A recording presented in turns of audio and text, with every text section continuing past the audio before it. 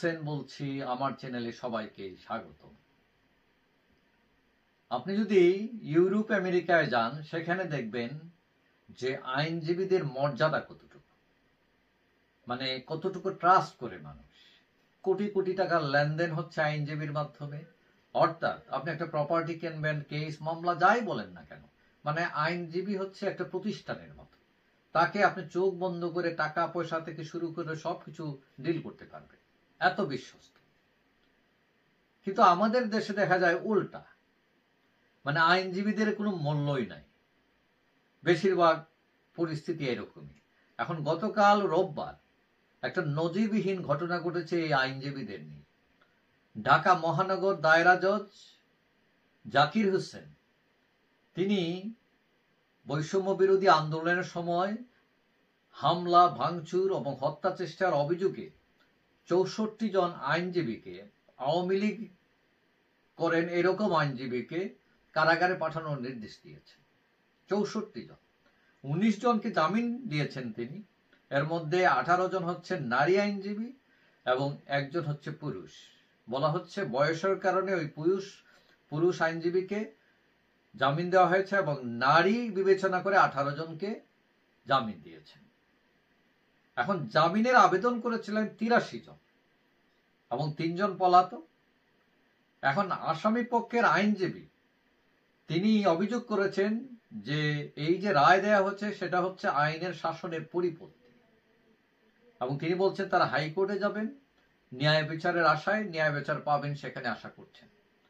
এবং এর আগে আমরা জানি যে হাইকোর্ট থেকে আগাম জামিন নিয়েছিলেন ১১৫ জন আইনজীবী ৮ সপ্তাহের জন্য। কথা হচ্ছে এরা তো আইনের লোক, এরা বাটপার না, চুর না। এখন হাইকোর্ট তাদের জামিন দিয়েছে, কিন্তু এরা দিচ্ছেন না। মানে হাইকোর্ট বিশ্বাস করছে তারা করেন না, কিন্তু এরা কি পালিয়ে যাবেন? এরা তো পালান নাই, এরা স্বেচ্ছায় এসে আদালতে হাজির হয়েছেন। এখন আমরা দেখছি ইতিপূর্বে শীর্ষ সন্ত্রাসী থেকে শুরু করে একদম গরুচুর অনেকেই দৌড়ে বেরিয়ে গেছেন, জামিন পেয়েছেন, ফাঁসির আসামি বেরিয়ে যাচ্ছে। কিন্তু এই যে আইনের লোকগুলো, তাদেরকে জেলে ভরে ঢুকায় রাখতেছেন।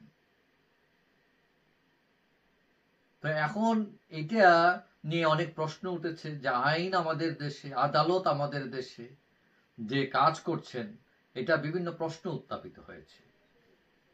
এখন ৬৪ জন আইনজীবীকে একসাথে জেলে ঢুকিয়ে রাষ্ট্র একটা রেকর্ড করেছে মোটামুটি, মানে একটা নজিরবিহীন রেকর্ড।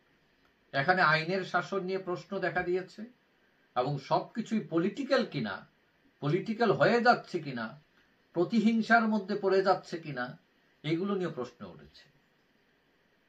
এখন আওয়ামী লীগ পন্থী আইনজীবীদের জামিন চেয়ে মামলা করেছিলেন এক আইনজীবী।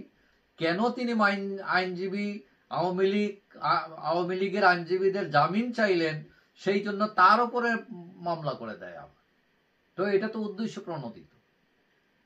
এখন চোর, ডাকাত, বাটপার যাই হোক, আইনের থেকে সাপোর্ট নেওয়া এটা তার লিগ্যাল রাইট। এখন আপনি যদি এইটাও বন্ধ করে দেন, এইটাও হুমকিতে ফেলেন, তাহলে এই রাষ্ট্রকে কি রাষ্ট্র বলবে? এখন আপনারাই অভিযোগ করছেন অনেকে যে আওয়ামী লীগ আমলে আওয়ামী লীগ ন্যায় বিচার করেনি, কিন্তু এগুলো কি ন্যায় বিচার হচ্ছে কিনা?